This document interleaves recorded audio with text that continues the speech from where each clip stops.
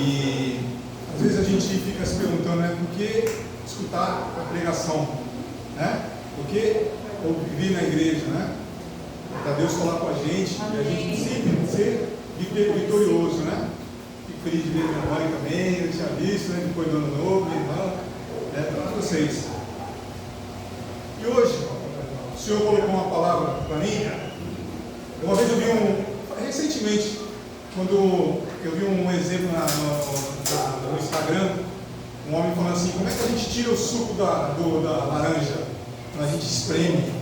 Quando a gente espreme, sai todo o suco, aquilo que está lá dentro, né? E o homem, como é que tira o que está dentro dele? Quando também ele é espremido.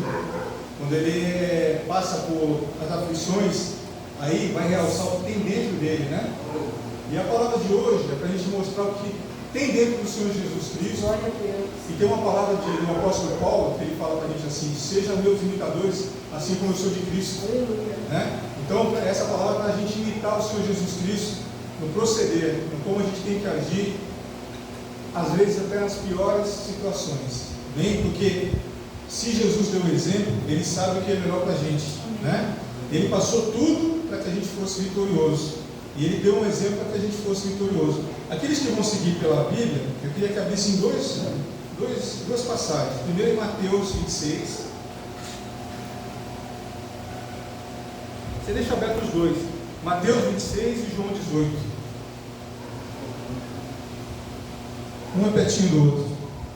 Tudo no Novo Testamento. Mateus 26 e João 18.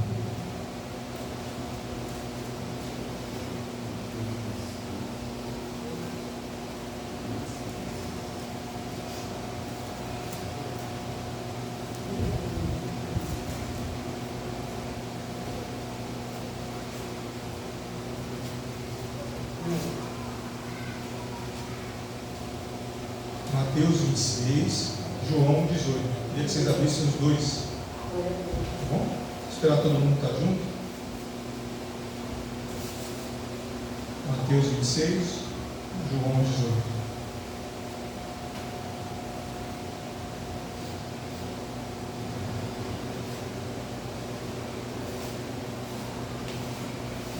Eu vou começar lendo João, depois eu venho para Mateus, tá? João 18.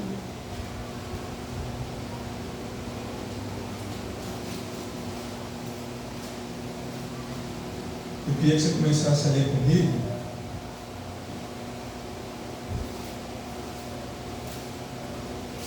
Vamos ler desde o primeiro versículo, João 18, é quando Jesus ele é preso no Getsemane, né? João 18. Está escrito assim: tendo Jesus dito isto, saiu com seus discípulos para além do ribeiro de Cedron, onde havia um outro, no qual ele entrou com seus discípulos. E Judas, que o traía, conhecia também aquele lugar, porque Jesus muitas vezes se juntava ali com seus discípulos.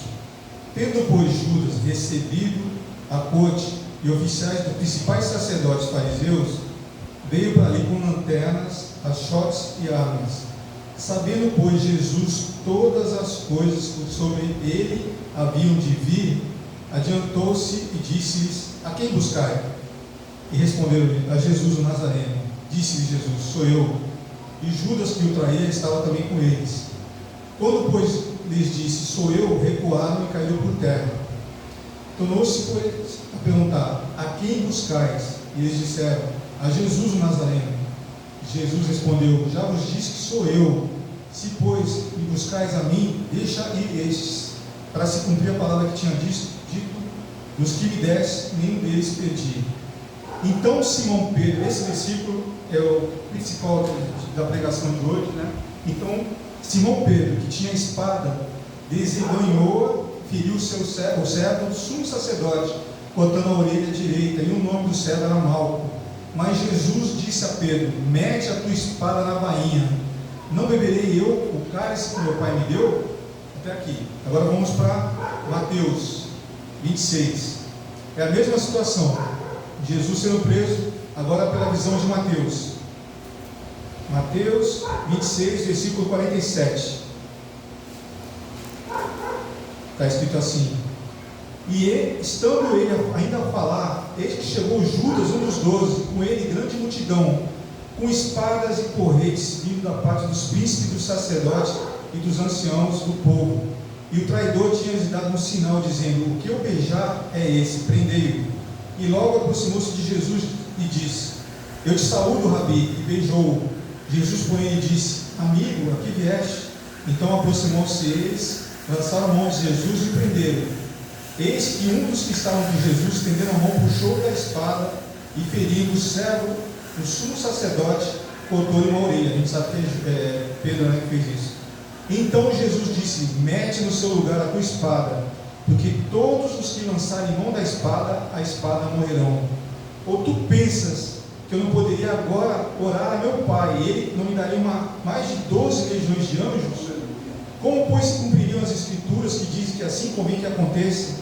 Então disse Jesus à multidão: saíste como para um salteador, com espadas e porretes, para me prender? Todos os dias me assentava junto de vós, ensinando no templo, e não me prendeste. Mas tudo isso aconteceu para que se cumprisse as Escrituras dos profetas.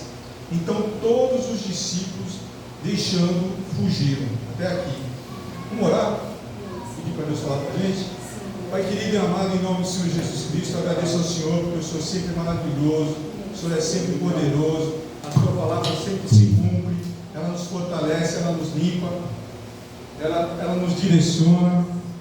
E eu agradeço de coração por tudo que o Senhor tem feito em nossas vidas, por tudo que o Senhor vai fazer, e que o Senhor fale conosco, Pai. Esse lugar é seu, esse momento é do Senhor, Pai, em nome de Jesus. Amém? A gente viu na primeira leitura de João, que Jesus disse assim: mete a tua espada na bainha, para Pedro, né? Não bebereis eu o cálice que meu Pai me deu. O que significa isso? Quando a gente vê na Bíblia a palavra cálice, eu já até preguei, eu acho que sobre isso. Muitas vezes é uma figuração de linguagem, uma ilustração. Está querendo dizer outra coisa a não ser, não a palavra em si, cálice. É a mesma coisa, por exemplo, você fecha uma venda de alguma coisa, algum produto, algum imóvel, você fala, fechou a venda, né? Fechou a venda, você não fala, foi concluída a venda. Fechar é de fechar, né? Então, mas para que significa o fechar? É para mostrar que teve uma conclusão.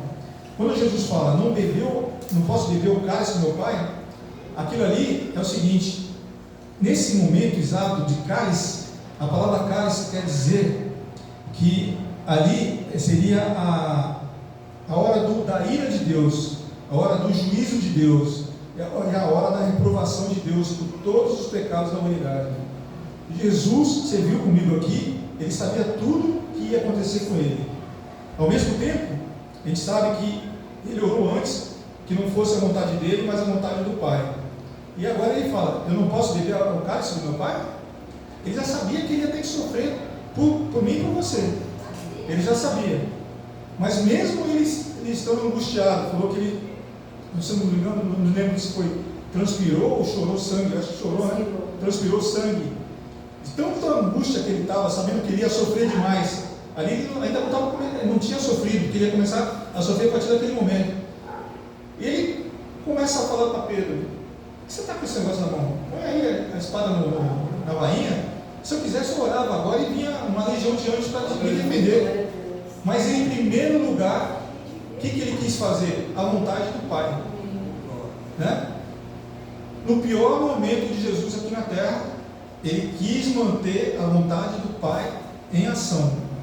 Eu e você, em qualquer momento, a gente tem que fazer a vontade do Senhor ser em primeiro lugar nas nossas vidas. Independente da situação que a gente tiver, independente da dificuldade que a gente tiver, independente da tristeza das circunstâncias, independente se você está sozinho, porque Deus nunca vai te deixar sozinho, né? Deus está com a gente todo o tempo. A gente tem que saber qual que é a vontade de Deus para a gente, né? Cada um de nós aqui tem um propósito. Muitas vezes a gente não entende o propósito, mas eu queria, voltando aqui ao que está escrito ali na palavra, Jesus, ele abriu mão do dom pela vontade de Deus, pelo seu propósito. A gente sabe que Jesus, ele acalmou o mar, ele podia chamar uma legião de anjos. O que é o dom? É a habilidade espiritual para fazer qualquer coisa. É o poder espiritual para poder fazer qualquer coisa. Muitas vezes a gente vê homens e mulheres de Deus que têm o dom e colocam as suas próprias vontades na frente do propósito de Deus. É muito sério isso. A gente vê muita gente com muito dom. A gente vê, ele é o dom de Deus. É impossível uma pessoa normal fazer o que aquela pessoa faz. E muitas vezes a pessoa se perde. Então a gente tem que estar atento. Jesus, né, que tinha o dom sem medida, né, ele teve um momento que ele segurou para obedecer a palavra de Deus. Tem momentos que a gente tem que segurar até o dom da gente, né? Se é para cantar, é para pregar, se é para dar uma palavra de sabedoria, dar uma revelação. Nem sempre aquilo é a vontade de Deus para a gente fazer aquilo ali em todo o tempo. Muitas vezes tem que segurar a onda e ver o que é primeiro que eu tenho que fazer aqui nesse momento. A vontade de Deus. Não é manifestar o dom toda hora, em todo lugar. É a vontade de Deus. É muito sério isso, né? É muito sério. Às vezes a gente vê que tem pessoas que querem ser reconhecidas pelo seu dom, agem pelo dom e esquecem da palavra. A palavra sempre em primeiro lugar. E Deus sabe que aquele que está de pé, cuide para que não caia, né? Se nós estamos de pé, nós estamos na igreja, nós estamos seguindo a palavra. Essa palavra é para os crentes, né? Então às vezes a gente muito se ilude, às vezes por pessoas dando tapinha no ombro. Você prega muito, você canta muito, você louva muito, você ora muito, você... Opa, menos. Ele sim, eu não. Amém? E a gente sabe que Jesus, ele orava o tempo todo. E ele também ficava o tempo todo no templo, né? Eu lembro que, se você for reparar, tem uma passagem que quando Jesus era criança, os pais perderam ele, né? José e Maria perderam ele, não sabiam onde é que ele estava, e quando encontraram ele em Lucas 2:49, se você quiser, vamos abrir aqui, Lucas 2:49, quando Jesus tinha 12 anos, e Maria e José perderam ele de vista.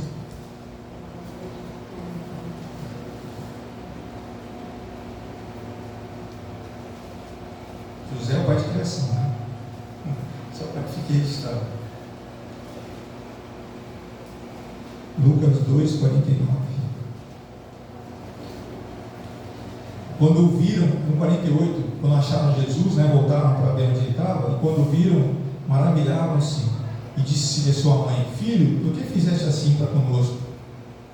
Eis que teu pai e eu, ansiosos, te procurávamos. E ele lhe disse: Por que é que me procuráveis? Não sabeis que me convém tratar dos negócios do meu pai? Com 12 anos. Não sabeis que convém tratar dos negócios do meu pai? E eles não compreenderam as palavras que ele lhe dizia. E desceu com eles e foi para Nazaré. E era-lhe sujeito. E sua mãe guardava no coração todas essas coisas. E crescia Jesus em sabedoria, em estatura e em graça, para com Deus e os homens. Desde os 12 anos, ele sabia que o propósito dele é tratar as coisas do Pai. A gente, infelizmente, eu não sei se todos aqui nasceram em berço evangélico, eu não nasci. Eu gostaria de saber, desde os 12 anos, que eu tinha que cuidar das coisas do meu pai espiritual. Senão a gente estaria muito mais na frente, né? Quanta coisa a gente ia ter evitado nas nossas vidas, né? Quantos problemas a gente ia ter evitado se a gente estivesse cuidando das coisas do pai espiritual desde criança, né? Como Jesus. Mas a gente sabe hoje, a gente tem que cuidar das coisas de Deus, né? Hoje a gente sabe. Então a gente está vendo aqui que o propósito tem que vir acima da carne, né? Você acha que Jesus não ficou, ao mesmo tempo ele sabendo que ele tinha que sofrer, ele não ficou com raiva, porque ele era homem também, de poder querer revidar, mas ao mesmo tempo tinha que segurar a onda. Pedro, ele viu Pedro que era bem assim, impulsivo. De repente Jesus poderia até tentar fazer uma coisa com Pedro, mas ele sabia que tinha que cumprir o que está escrito. Ele veio por isso. Ele chorou, mas ele sabia que ele tinha que passar por isso. A palavra disse bem claramente que ele sabia tudo o que havia de vir. Deixa eu beber só um pouquinho de água.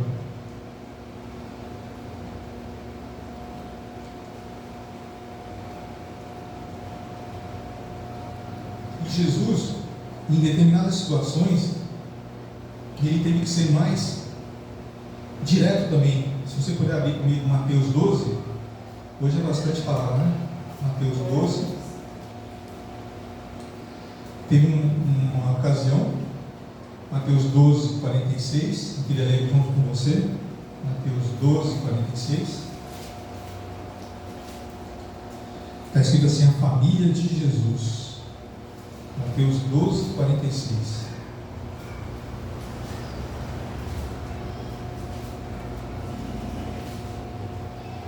Está escrito assim: e falando ele quem? Jesus, ainda a multidão, eis que estavam fora sua mãe e seus irmãos, pretendendo falar-lhe. E disse-lhe alguém: eis que estão ali fora a tua mãe e teus irmãos, que querem falar-te.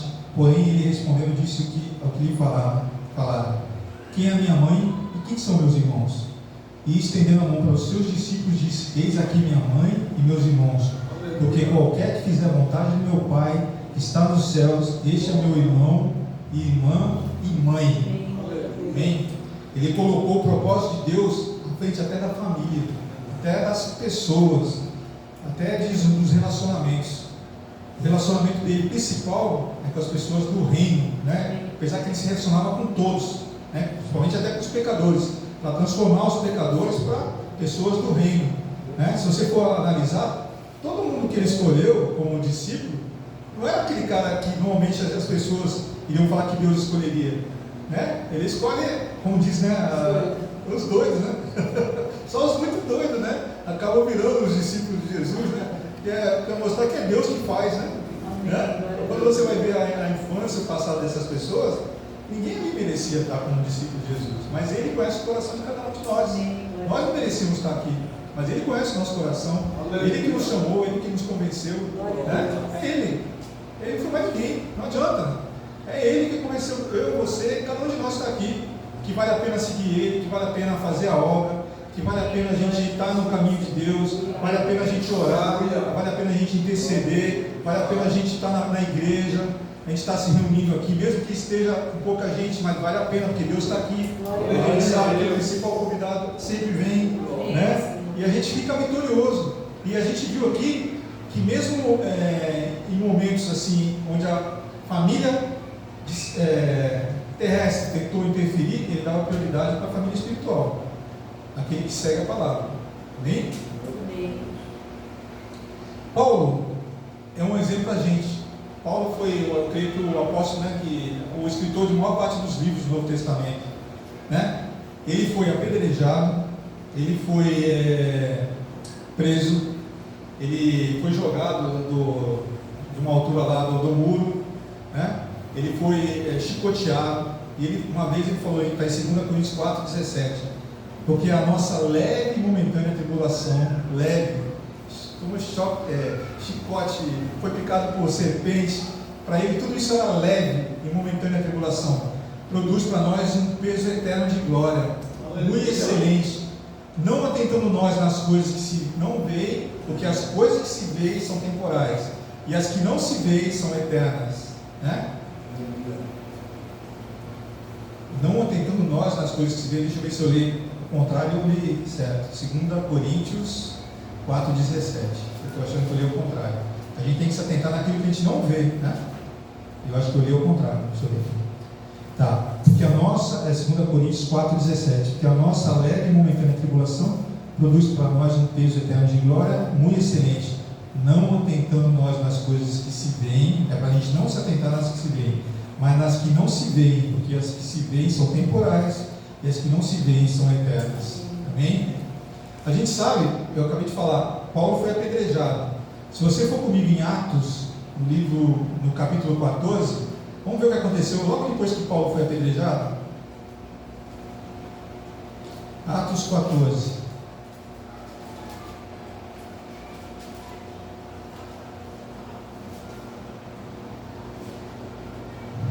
Está escrito assim, ó, Atos 14, versículo 18. Dizendo isto com dificuldade, impediram que as multidões lhe sacrificassem. Sobrevieram, porém, os judeus de Antioquia e de Icônio, que, tendo convencido a multidão, apedrejaram a Paulo e o arrastaram para fora da cidade, cuidando que estava morto.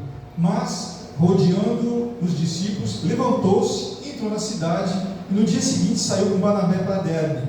E tendo anunciado o evangelho naquela cidade e feitos muitos discípulos, voltaram para Listra, Icônio e Antioquia.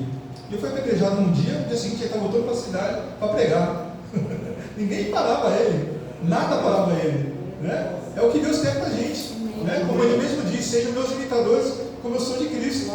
Nada parava Paulo, nada parou Paulo. E Deus não quer que nada nos pare, que a gente siga em frente, que a gente tem, o resumo dessa mensagem de hoje, a gente tem que ser guiado pelo propósito, não pelas circunstâncias, não pelas dificuldades, mas pela palavra, pelo propósito. Que a gente tem uma tarefa para cumprir aqui na terra.